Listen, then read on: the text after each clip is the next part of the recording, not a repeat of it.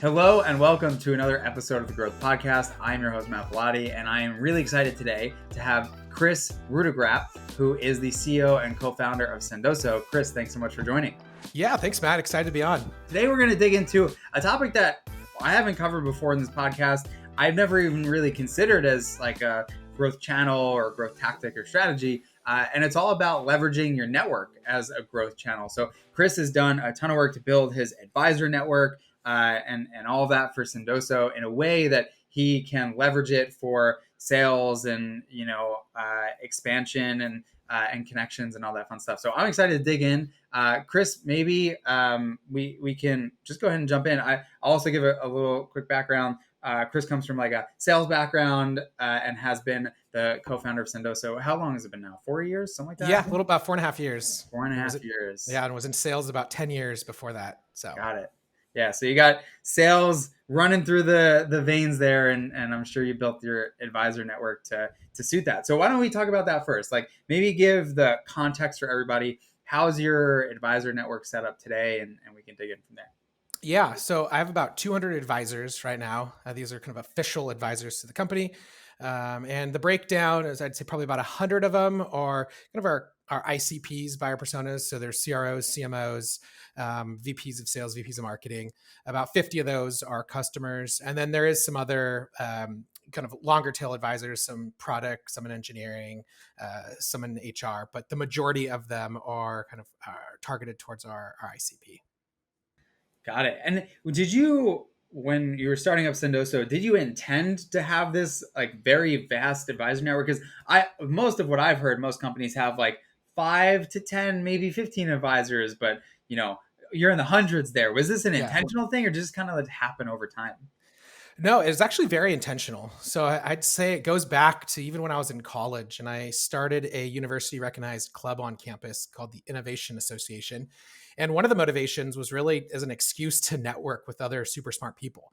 And so I found myself getting advisors to that kind of association. And then, even when I was a sales rep, I found myself asking for mentors. And I've always, been fascinated with surrounding yourself by people that are well networked or are smarter than you. And so when I started Sendoso about 4.5 years ago, I really wanted to leverage advisors from day one. And so my first advisor was my past CEO at the last company I was at.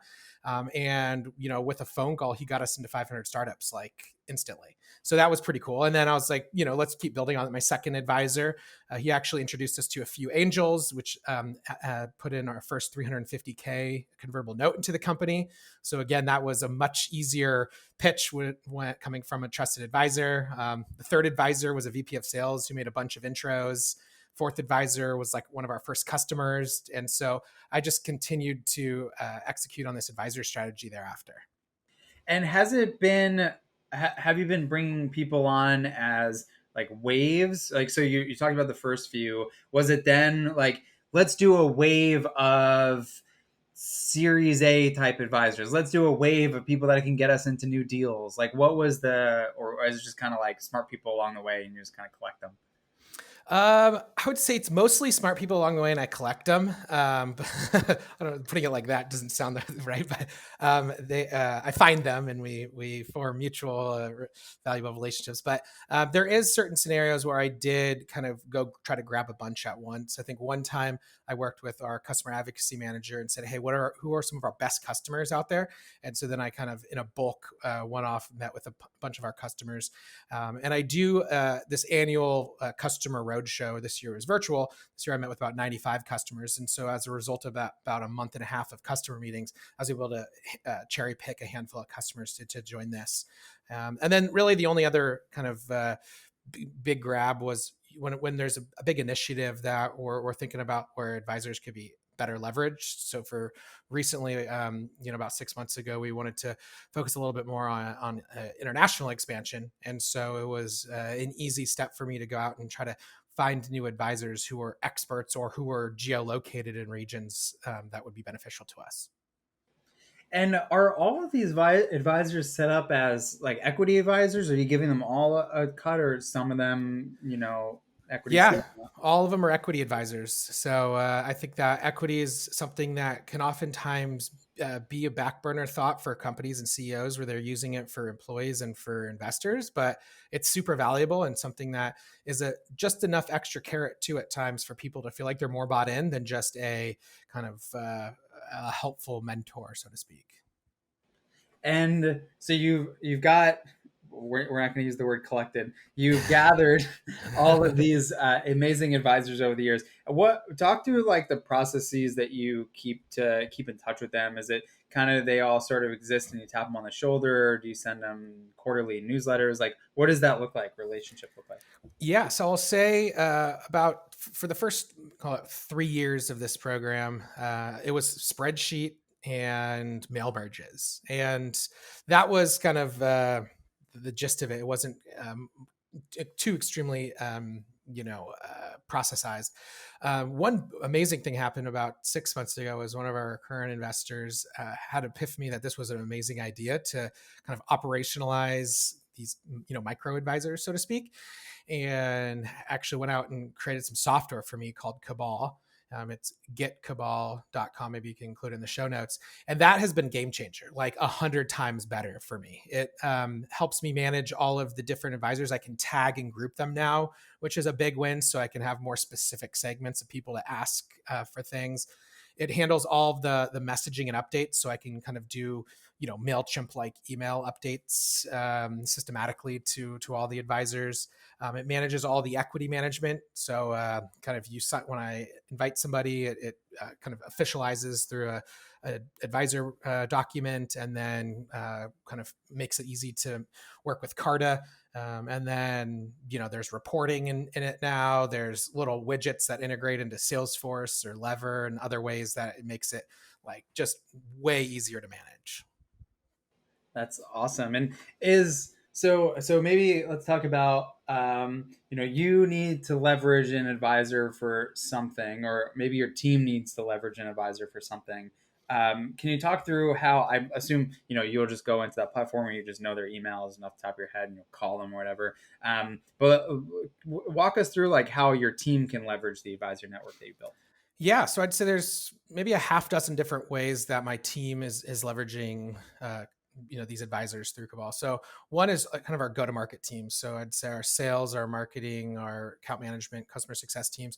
So they are able to go in there and get intros to advisors or see who they're connected to through LinkedIn, and then ask for advisors that way. So it might be an expansion opportunity. It might be breaking into a new account, or it might just be exec level conversation at a current customer where we just want to up level the conversation. So it makes it really nice as a tool for, it's almost like a micro LinkedIn, so to speak, in terms of a way that's just a kind of a closed loop way for them to see who are all these advisors. We also leverage these advisors from our go-to-market teams for speaking at conferences or panels, shout outs, social media mentions, video content. So there's a lot of different ways the go-to-market team's using it.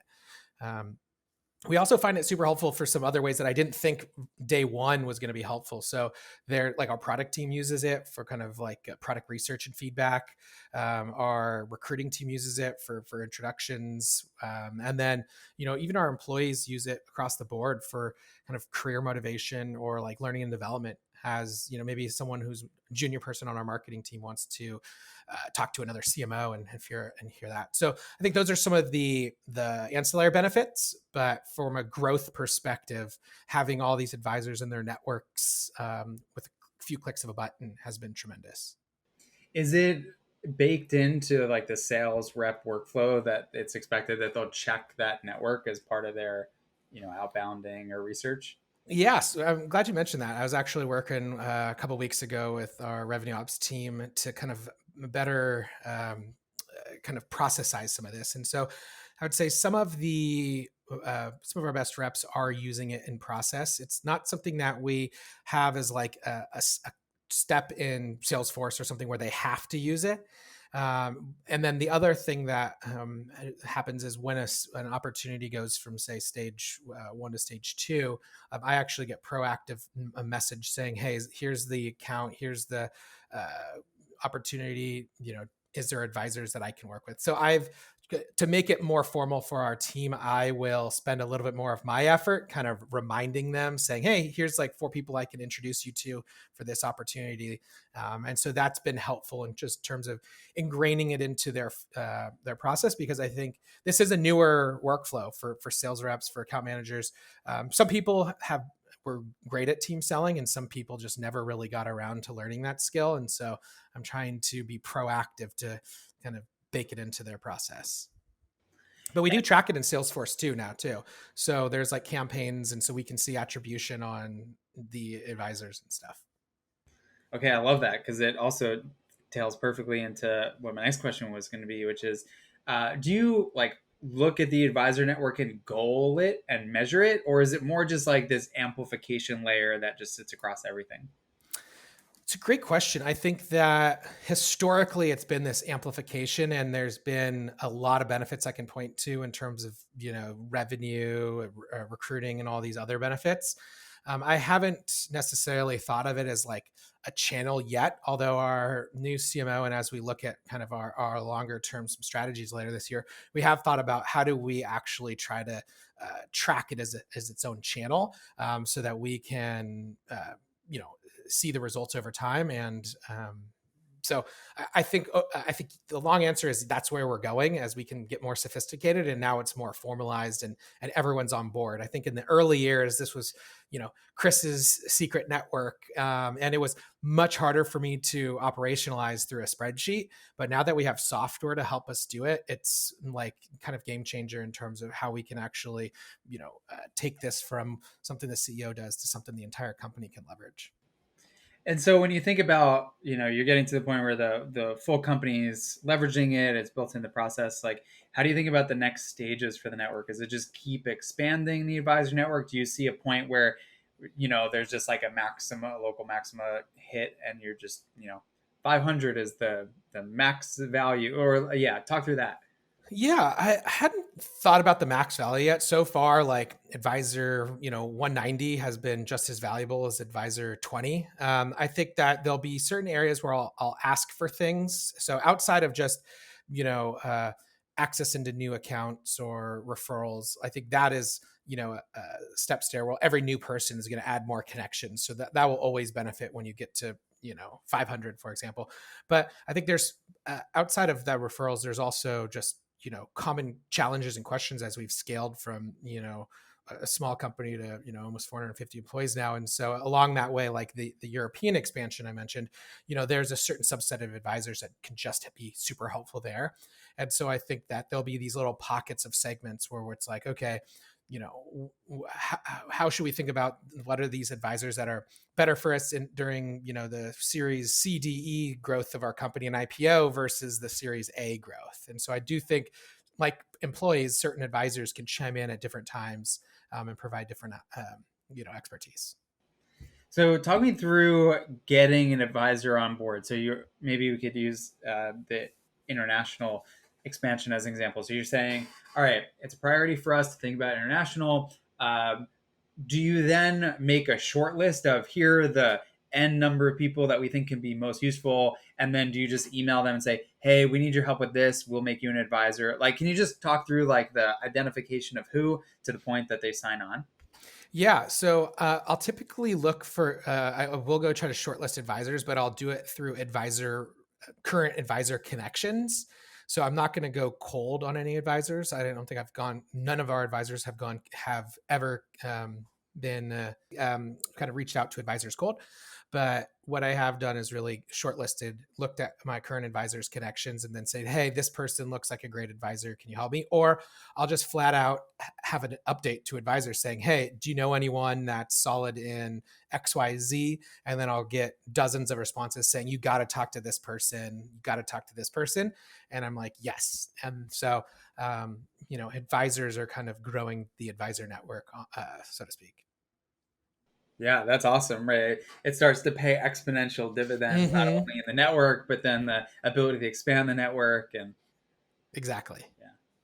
So, okay, let's say I'm listening to this episode and I'm thinking, well, that sounds cool. Got my own startup going. Maybe we're smaller, maybe we're a little bit bigger. Like, is it too late for me to start building this network? Like, well, like maybe I'm not the CEO and co-founder, so how can I start to, leverage the benefits of it or convince my team? Like, can you just talk through a couple things that people might be thinking as they're listening? Yeah, 100%. So I would say it's, it could be beneficial to everybody. I was actually speaking with one of our a CMO who's one of my advisors at like a 800 person company. And she was like, hey, I'm going to work with my CEO to start this here. And so I think that there is already informal advisors to a lot of companies. There's also investors, angel investors. And so you already have this network of people that are willing to help. It's just oftentimes not operationalized that well. So I would say that there's no reason why a non-CEO listening, a CRO, couldn't think, hey, I'm going to, use some. And I think software is kind of the key here. If you have some software, it makes it so much easier to formalize. If I was 6 months ago saying this, where I'm like, yeah, you take some spreadsheets, you do some mail merges, and you insert first name and this and that, it was much more challenging. But the software's made it 100 times easier. So with that, I think it makes it so CMOs, CROs, anyone can bring this to the table as a growth lever. I think there is a component where having the CEO involved is key. So, I don't think an AE can go do this tomorrow on their own with zero effort, especially since there's an equity component in it. But if an employee brought this to me, I would be, super happy that they had this kind of growth idea. And then for another CEO or founder getting started, I don't think there's, I bet most of them have at least an investor or an advisor currently, maybe more. And so this is more or less just saying, hey, let's double down on that. And even if you just have, 6 right now, a couple of angels and maybe an investor and a couple of advisors, you could, try to formalize that to get more out of it and then just slowly chip away at adding more. And I imagine that the thought is running through some people listening right now, which is it really worth me giving away all this equity? Like, are my investors gonna like that? Like, it's a lot of equity. Like, what's your take on that? My thing is, I think equity is this, pretty coveted asset that you have that, has historically only been used for employees and investors. And so this unlocks this new kind of channel of people that are willing to help you for, equity. And in some cases, they're not trying to say, hey, I need 5% of your company to be an advisor. Oftentimes it's a micro amount, but it's nice, like kind of give. And a lot of advisors I found aren't in it to make a gazillion dollars on the equity. The equity is kind of ancillary and a nice way to formalize the relationship. But ultimately, there's a lot of successful people out there that are just kind of paying it back and want to be a part of a growing startup or want to kind of diversify their kind of mental challenges. I think that a lot of people have their 9 to 5, and if they can have a 5 p.m. to 5:15 where they can think about something else, it could just add to your well-being and your well-roundedness too. So I don't advocate for giving away 50% of your company to advisors, but what we've done early on is we've allocated a certain percent of our company to advisors from day one, and we just chip away at that. Cool. Anything that now that you've built a pretty substantial advisor network, anything that if you were to start over again, you would just do a little bit differently, or maybe a couple mishaps along the way that people could look out for?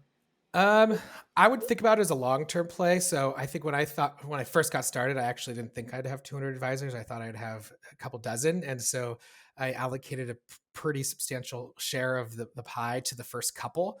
And when you're a series A or seed company, you're like, who cares? Like, it's not worth that much. But now, those early advisors are, millionaires on paper based on this. And so while it's everything is hindsight's 2020, and they were super helpful in getting us to where we are. I think the one thing is think big and long term, and think, what if you had 200 advisors? Could you continue to give out that percentage or that amount of equity like to so many people? So Yeah, makes sense. Anything else on the advisor network stuff that we haven't had a chance to touch on? Um, I'm thinking what else? I think formalizing it is key too. I think that I think we talked about that, but I think, I talk about it in our all hands, so it's pretty vocal in that we know that this exists, and I think up front, like I said, the goal was more of a growth lever, but there's a lot of byproducts from it. We were doing a CMO video series recently, and I was able to ping our advisors and get like 15 CMOs to create videos like in a minute.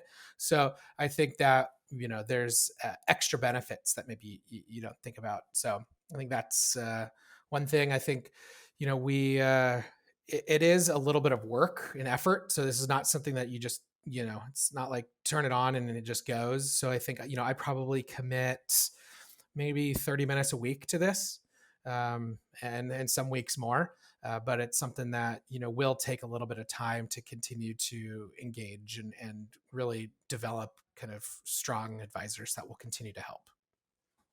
Yeah, makes a lot of sense, right? You got to make sure that your team knows that it's there so you can get the maximum value, and the advisors also feel like they're getting levered in the ways that they can be most useful, and they're not just like sitting around with a thing on a piece of paper that says they're an advisor, but they're actually being helpful.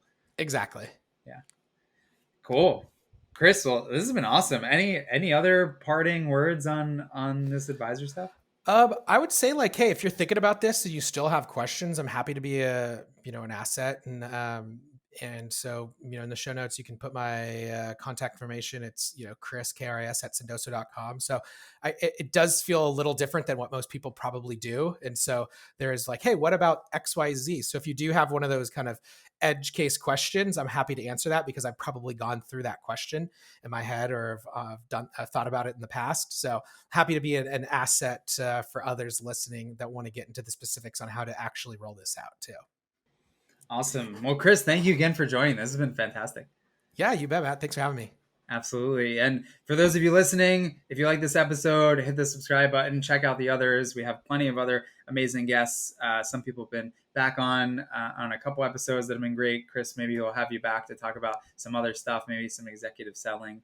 Again, thank you for listening. I know there are plenty of other things you can spend your time on, listening to, working on, watching, whatever it might be, and you're spending here, so I super appreciate it. My email is matt@drift.com if you've got any feedback or questions or topics or guest ideas or whatever it might be, and I will catch you on the next episode. Thanks.